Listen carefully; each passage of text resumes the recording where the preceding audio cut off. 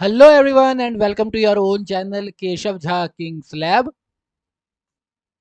तो आज हम लोग स्टार्ट करने वाले हैं हमारे क्लास 11 बिजनेस स्टडीज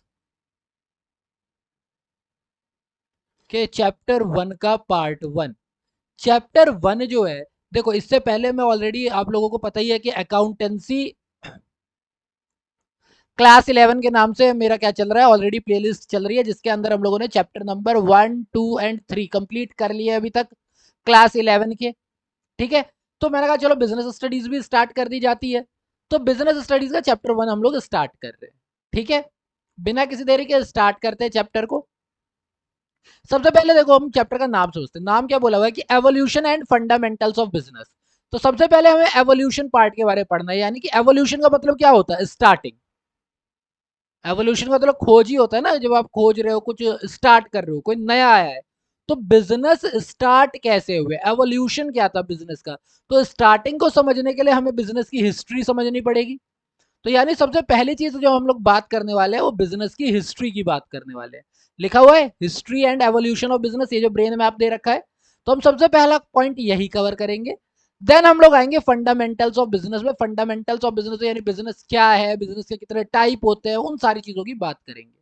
आज का जो हमारा टॉपिक कंसर्न रहेगा वो बेसिकली हिस्ट्री के ऊपर होगा। 2 वीडियोस हम लोग सिर्फ हिस्ट्री के बारे में ही बात करेंगे।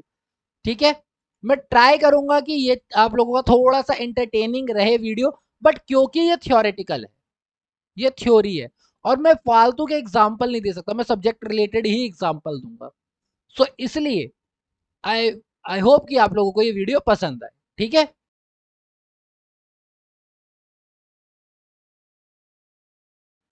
ब्रेन मैप में हमें क्या क्या दे रखा है, हमें क्या क्या पढ़ना है। हम क्लॉकवाइज चलते हैं। सबसे पहले हमें क्या पढ़ना है, history and evolution of business के बारे में पढ़ना है। देन इंडिजीनियस बैंकिंग सिस्टम के बारे में, trading community, transportation, rise of intermediaries, major trade centre. देखो यहां तक हमारा क्या चल रहा है, एवोल्यूशन का पार्ट चल रहा है। यहां तक पूरा क्या चल रहा है, एवोल्यूशन का। उसके बाद यहां से शुरू होगा कि बिजनेस क्या है, बिजनेस एक्टिविटीज क्या है, और बिजनेस रिस्क क्या है। ये 3 पॉइंट हमारे बिजनेस को डील करेंगे। ठीक है, फंडामेंटल्स वाला पार्ट हो जाएगा, ये पूरा एवोल्यूशन का पार्ट है। ठीक है, और ये पूरा फंडामेंटल्स का पार्ट है। क्लियर है, आई होप आपको आइडिया लग गया होगा।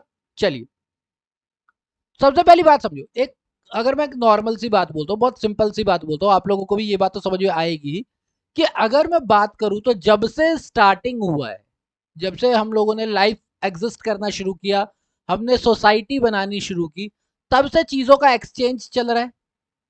क्योंकि एक इंसान के पास सब कुछ नहीं हो सकता, तो उसे एक्सचेंज करना पड़ेगा। तो एक्सचेंज कोई भी इंसान फ्री में तो करता नहीं है।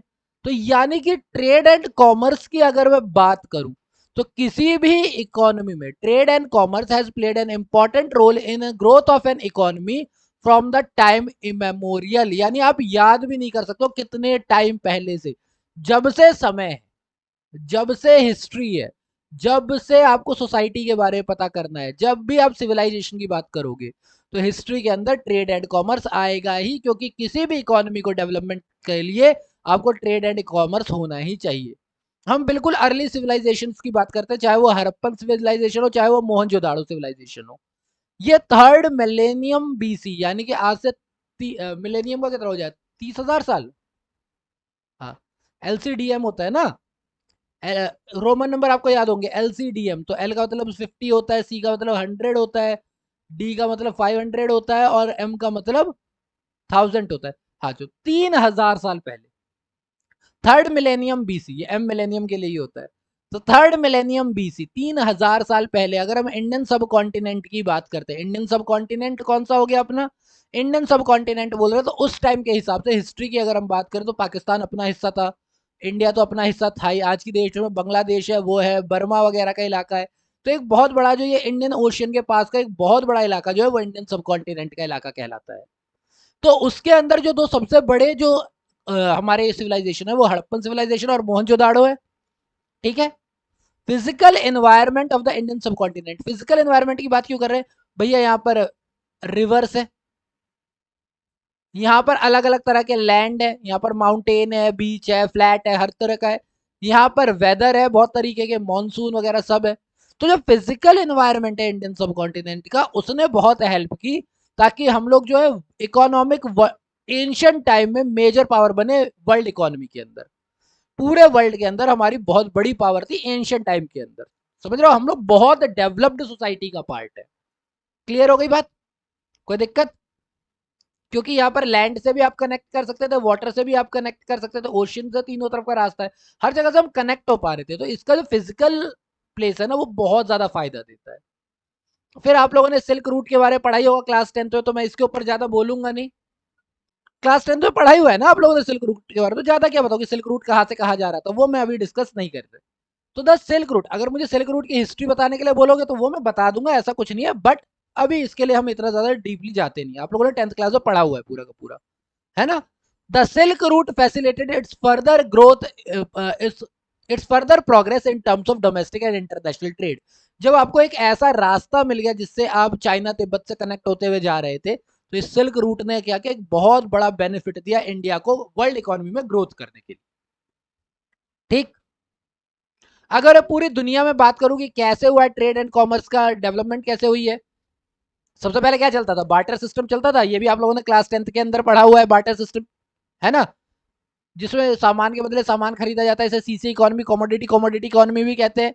एक ऐसी इकोनॉमी जिसमें एक सामान के बदले दूसरा सामान दिया जाए, पैसों का कोई लेना देना ना हो, बार्टर सिस्टम कहलाता है। बार्टर सिस्टम के बाद कॉइन आया, डाइवर्स टाइप ऑफ कॉइन आए, चांदी के आए, सोने के आए, कॉपर के आए, चमड़े के आए, बहुत तरीके के आए, डाइवर्स टाइप ऑफ कॉइन। उसके बाद वेटिंग प्रैक्टिसेस आई, 1 किलो 2 किलो का जो वेट होता है, वेट के प्रैक्टिसेस हुए। तो यानी कॉइन्स और वेट्स की बात हुई। फिर उसके बाद जो मेटल है, मेटल एक बहुत अच्छा सप्लीमेंट मिल गया ताकि हम अदर कमोडिटीज को क्या कर सके, खरीद बेच सके। मेटल कॉइन्स की बात हो रही है यहाँ पर ढंग से। तो metal began to supplement other commodities of money, यानी जितनी भी मनी की दूसरी कमोडिटी थी, चाहे वो कौड़ियां चलती हो या कुछ भी चलता हो, उन सबको मेटल ने चेंज करना शुरू कर दिया। कॉइन्स आए ना अलग अलग तरीके के। फिर एक चीज आई जिसको हमने कहा रिटर्न, रिटर्न में उसे कहते हैं हुंडी या चिट्ठी, हुंडी या चिट्ठी, इसके बारे में हम डिटेल से पढ़ेंगे। ऐसे डॉक्यूमेंट्स आए।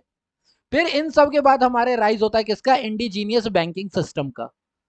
उसके बाद इंटरमीडिएटरीज आए, क्योंकि आपका बिजनेस बढ़ने लग गया, तो एक जगह से प्लेस 1 से प्लेस बी तक सामान पहुंचाने के लिए कोई सी पर्सन चाहिए होता था जो सामान लेके जाता, तो इंटरमीडिएटरीज आए।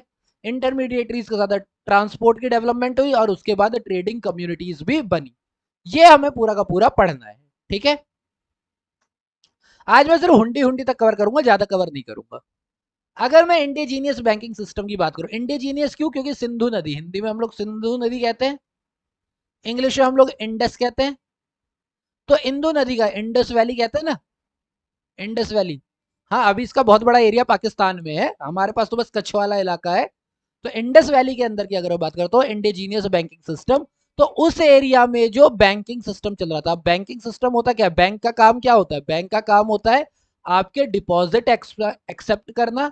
आप जो पैसा जमा करवाते हो वो डिपॉजिट एक्सेप्ट करता है वो, और आपको लोन प्रोवाइड करता है। मेजर जो बैंक का काम है ये दो ही है, कि वो आपके डिपॉजिट एक्सेप्ट करता है और आपको लोन प्रोवाइड करता है। इसके अलावा जितने भी काम है वो उसके एडिशनल काम है, जो मेन दो काम है वो यही है। तो ऐसा एक सिस्टम, ऐसे ना सिस्टम चालू हो गए थे, कुछ चीजें चालू हो गई थी जो लोगों का पैसा डिपॉजिट भी कर रही थी और उन्हें लोन भी दे रही थी।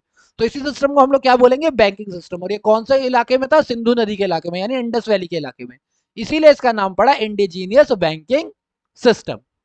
क्लियर हो गई बात? तो पहला पॉइंट क्या कहता है कि इसने क्या किया, helped in lending money and financing domestic and foreign trade with currency and letter of credit. यानी बेसिकली क्या बात कर रहे हैं, लोन की बात कर रहे हैं कि करेंसी के तौर पर लोन दिया यानी कैश लोन दिया, लेटर ऑफ क्रेडिट दिया तो यानी कि एक लेटर के फॉर्म में एक डॉक्यूमेंट के तौर पर लोन दिया। तो लोग क्या कर रहे थे, एक ऐसा सिस्टम बना जिसमें मनी उधार दी जा रही थी। उस उधार मनी की वजह से लोगों को अपना बिजनेस, अपने ट्रेड के लिए फाइनेंस मिल गया, जिससे बिजनेस बढ़ाने का मौका मिला। ठीक है। Second, people began to deposit. मैंने बैंक का क्या काम बताया था, डिपॉजिट बताया था ना, डिपॉजिट और लोन। तो क्या बोला हुआ है, people began to deposit precious metals with bankers called seth. जो उनके यहाँ सेठ हुआ करते थे, उनके पास अपना चाहे वो गोल्ड हो, चाहे वो सिल्वर हो, चाहे वो कॉपर हो, वो लोग जमा करवा के आने लगे। तो उनका डिपॉजिट एक्सेप्ट होने लग गया, लोन उन्हें मिलने लग गया, यही बैंकिंग सिस्टम तैयार हो गया। पैसा जो है, मनी, क्योंकि बार्टर सिस्टम के बाद की बात कर रहे हैं हम लोग, है ना। तो money became an instrument for supplying the manufacturer with the means of producing more goods. यानी कि जब देखो सीधी सी बात, जो प्रोड्यूसर है, प्रोड्यूसर के बाद मेन प्रॉब्लम की हमेशा से किस चीज की आती है? आज की डेट में भी अगर आपको बिजनेस स्टार्ट करना है तो सबसे बड़ी पैसे की दिक्कत आती है। और अगर आपको पैसा मिलने लग जाए, उधार मिलने लग जाए, आपको मनी मिलने लग जाए, तो क्या होगा? आपका प्रोडक्शन बढ़ेगा। तो money became an instrument for supplying the manufacturing with the means of producing more goods. उनके पास पैसा आ रहा था, वो पैसे की वजह से वो सामान खरीद के ज्यादा प्रोडक्शन कर पा रहे। क्लियर हो गई बात? तो ये था हमारा बैंकिंग सिस्टम। नेक्स्ट हम आते हैं हुंडी के ऊपर। देखो इस जब हम लोग बैंकिंग सिस्टम और हुंडी की बात करें ना, इट मींस यहां तक क्या हो चुका है, मेटल जो है वो एक कॉमोडिटी का रूप ले चुका है, अलग अलग टाइप के कॉइन्स आ चुके हैं, ये सारी चीजें, ये तीनों स्टेज पार हो चुके हैं, तब हम लोग ये और ये पढ़ रहे हैं। ओके, तो यानी मेटल वगैरह आ चुके हैं, डेवलप हो चुके हैं, उसके बाद की बात है हमारी। हुंडी क्या होता है? हुंडी बेसिकली एक समझ लो एक पेपर होता है, उस पेपर पे लिखा हुआ होता है कि कौन सा इंसान किस इंसान को कितने रुपए देगा, ठीक है, और कितने टाइम बाद देगा या आज ही देगा, इस टाइप का कुछ लिखा हुआ होता है। ठीक है, तो क्या क्या लिखे होते हैं? जो पार्टी है उनके नाम लिखे होते हैं, पर्सन के नेम लिखे होते हैं, अमाउंट लिखी होती है, अमाउंट के साथ कोई कंडीशन होगी तो वो कंडीशन लिखी होगी, तो ये सारी चीजें लिखी हुई होती है इस पेपर पे। So it is an instrument of exchange which was use in Indian सब कॉन्टिनेंट। इंडियन सब कॉन्टिनेंट मैंने अभी क्या बताया? पाकिस्तान, इंडिया, बांग्लादेश, थोड़ा सा इधर सिंध, ये तुम्हारा भूटान वगैरह का इलाका, या पूरा का पूरा इंडियन सब कॉन्टिनेंट के अंदर वो सारी चीजें आ जाती है। बर्मा का इलाका आ गया, मलेशिया का इलाका आ गया, ये सारी चीजें। क्लियर? इंडोनेशिया वगैरह ये सारी चीजें इंडियन सब कॉन्टिनेंट में ही आ जाएंगी। It was an instrument to exchange which was use in Indian subcontinent. इसके अंदर एक कॉन्ट्रैक्ट होता है। क्या होता है? कॉन्ट्रैक्ट। मैंने क्या, कॉन्ट्रैक्ट होता है, पेपर होता है, क्या होता है उसके अंदर? क्या लिखा होता है? Warrant the payment of money, the promise और ऑर्डर विच इज अनकंडीशनल। इसके ऊपर लिखा होता है कि आप इस इंसान को इतना पैसा दोगे, इस कंडीशन में दोगे, और ये अनकंडीशनल है, यानी ये देना ही देना है। अगर किसी के पास ये हुंडी अवेलेबल है तो उसका पैसा सिक्योर है। क्लियर हो गया? Second, capable of change through the transfer by valid negotiation. जैसे कि मान लो कि पर्सन ए ने कोई सामान खरीदा, पर्सन ए ने परचेज किया है, किससे? और पर्सन बी ने क्या किया है? सेल्स किया है। ठीक है, पर्सन बी ने सेल्स किया है, अब ए ने परचेज किया है, तो ए को पैसे देने हैं बी को। ए क्या करेगा? पैसे देगा बी को। तो बी के पास क्या होगी? एक चिट्ठी होगी या हुंडी होगी, उस हुंडी पे लिखा होगा कि ए को पैसे देने हैं। अब क्या हो गया कि अचानक से बी को जरूरत पड़ गई पैसों की, मैं थोड़ा ऊपर कर लेता हूँ, बी को पैसे पड़ गई की जरूरत, तो वो क्या करेगा? वो सी को ये लेटर ऑफ क्रेडिट जो है ट्रांसफर कर देगा, और ए को बोल देगा कि भैया तू मुझे मत देना पैसे, तू डायरेक्ट सी को दे देना। तो यही है कि ये वर्ड ट्रांसफरेबल थे, नेगोशिएशन के साथ ट्रांसफर हो सकता है। क्लियर? अब इंडिया के अंदर जो हमारी हुंडीज चलती है, वो हुंडीज दो तरह की चलती हैं, दर्शनी और मुद्दती। यहाँ पर एक लाइन होगी, ये ऐसे एक लाइन है, ठीक है, दर्शनी और मुद्दती। चार तरह की दर्शनी होती है, तीन तरह की मुद्दती होती है। दर्शनी, दर्शनी का मतलब तो होगा एट प्रेजेंट, एट प्रेजेंट तुम दिखा दो और तुम्हें पैसे मिल जाएंगे। मुद्दती का मतलब होगा टाइम, इसमें टाइम लिखा होगा कि इतने टाइम के बाद पे किया जाएगा। तो दर्शनी का मतलब जैसे ही दिखाओगे पैसे मिल जाएगी, मुद्दती का मतलब थोड़े टाइम के बाद। अब इनके नाम है, नाम आपको याद करने, क्योंकि इसमें एमसीक्यू से रिलेटेड भी क्वेश्चन आ जाते हैं। सबसे पहला नाम है धानी जोग। दर्शनी है या इसका नाम है धानी जोग। धानी जोग का मतलब क्या है? Payable to any person and no liability over the received of payment. यानी ये किसी भी पर्सन के पास रहे, ये चिट्ठी जो लेकर के आएगा उसको ये पैसा मिल जाएगा, बस बात खत्म। Second, shahjog, payable to the specific person, someone respectable, liability over who received the payment. यानी इसमें जो है ये नहीं होगा, जैसे कि भले ए और बी बिजनेस कर रहे हैं, भले ए और बी बिजनेस कर रहे हैं, लेकिन बी को लगता है यार मैं इतना पावरफुल नहीं हूं कि मैं ए से पैसे निकलवा पाऊं, तो बी क्या करेगा? अपने एरिया के जो सेठ होंगे उन सेठ को बोल देगा कि सेठ आप मेरे से ये ले लो और अब मेरे को पैसे दे दो और आप उससे ले लेना। या वो लिख देगा, इतना लिख देगा, सीधा सीधा लेटर पे लिखवा देगा कि आपको क्या करना है? सेठ को पैसे वापस करने हैं। तो payment to a specific person जो रिस्पेक्टेबल हो। ठीक है, तो ये होता है शाहजोग। देन है फरमान जोग। फरमान होता है ना कि हमने फरमान, ऑर्डर जारी कर दिया। तो ये क्या होगा? हुंडी तब बनती है जैसा ऑर्डर दिया जाता है। जैसे बी जो है वो ऑर्डर देगा, इसे पैसे लेने ना, तो ये ए को ऑर्डर देगा कि मुझे इस टाइप की हुंडी चाहिए, ये शर्तें लिखी हुई होनी चाहिए। दैट इज फरमान जोग। देन आता है नेक्स्ट देखनहार। देखनहार का मतलब बस देखेगा और दे देगा पैसे वो। पेबल टू द प्रेजेंटर और बियरर, यानी जो लेकर के आ गया हुंडी, ये कहीं ना कहीं बिल्कुल इसी टाइप का बन जाएगा, धानी जोग की तरह ही बन जाएगा, ठीक है, जो लेकर के आ गया उसको मिल जाएगा, दैट इज कॉल्ड देखना। ठीक, अब मुद्दती के अंदर भी एक क्या है हमारा, दर्शनीय है, दर्शनी योग मुद्दती के अंदर भी है। इसका मतलब क्या है, ये धानी योग होना चाहिए ना। चलो देखते हैं, ये क्या है, payable to any person, no liability over who received the payment but payment over a fixed term. इसमें कंडीशन आ जाएगी, पहले वाले में कंडीशन नहीं थी, इसमें क्या आएगी, कंडीशन आ जाएगी, कुछ कंडीशन लिखी होगी कि 1 महीने बाद, 2 महीने बाद, या फिर 50% अभी, 50% बाद में, ऐसा कुछ ना कुछ कंडीशन लिखी होगी, तब जाके ये बनेगा। देन होता है फरमान जोग। फरमान जोग क्या होता है, hundi made payable to order the following a fixed term, यानी कि ये भी ऑर्डर देने पे, जैसे ये फरमान है, ये ऑर्डर देने पे बन रहा था, ये भी ऑर्डर देने पे बनेगा, पर इसमें शर्तें होंगी, इसमें कोई शर्त नहीं थी। जो लास्ट वाली है वो है जोखमी। देखो जोखमी से ही नाम क्या समझ आता है, रिस्क। तो बेसिकली मतलब समझो, देखो मैं ना ऐसे भी दे सकता हूँ एग्जाम्पल की, ए पर्सन बी पर्सन, लेकिन तो मैं ऐसे भी दे सकता हूँ, मुझे पर्सन ए पर्सन बी, बाकी अगर तुम चाहते हो तो मैं नाम लेकर के भी दे सकता हूँ, मैं भी बोल सकता हूँ कि इधर ये अमन है, ये बमन है, अमन और बमन। अरे हम तो कॉमर्स वाले, हमारे अकाउंट से देखे कैसे कैसे नाम होते हैं।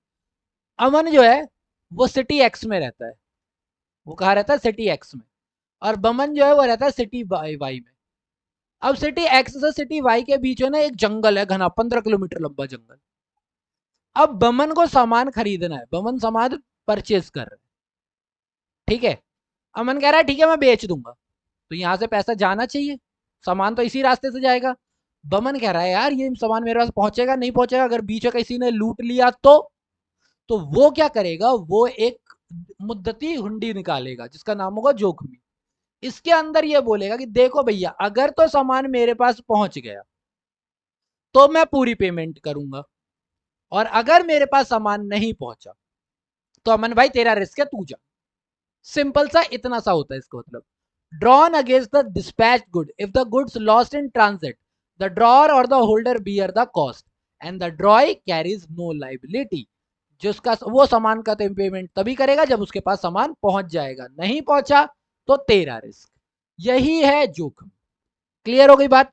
तो आज हम लोगों ने थोड़ा सा पढ़ा है कि भैया कैसा था हमारे पास मोहनजोदाड़ो वगैरह के टाइम पे, कैसा था हमारा, यही तो चीजें पढ़ी हमने। सबसे पहली चीज क्या पढ़ी है कि भैया ट्रेड कॉमर्स का इंपॉर्टेंट रोल है, इस टाइम पे था, इंडिया का सब कॉन्टिनेंट का बहुत इंपॉर्टेंट है। स्प्रेड में हम लोग बात करते हैं, स्प्रेड में हम लोगों ने दो चीजों की बात की, एक तो इंडिजीनियस बैंकिंग सिस्टम की बात की और दूसरा हुंडी की बात की। तो आई होप आपको यहाँ तक चैप्टर समझ में आ गया होगा। चैप्टर समझ में आ गया, वीडियो अच्छी लगी तो वीडियो को लाइक कर देना, और वीडियो को शेयर करना अपने ज़्यादा से ज़्यादा दोस्तों के साथ, ताकि उन्हें भी वीडियो देख करके फ़ायदा मिले। और अगर चैनल को सब्सक्राइब नहीं किया तो चैनल को सब्सक्राइब कर लो। बाकी अगर कुछ अच्छा लगता है तो भी मुझे कमेंट करके बताओ, कुछ लगता है मुझे कुछ सुधारना चाहिए तो भी मुझे कमेंट करके बताओ, ठीक है। बाकी टिल देन बी सेफ, अगले जल्दी आता हूँ पार्ट 2 के साथ। Keep learning and thank you for your time.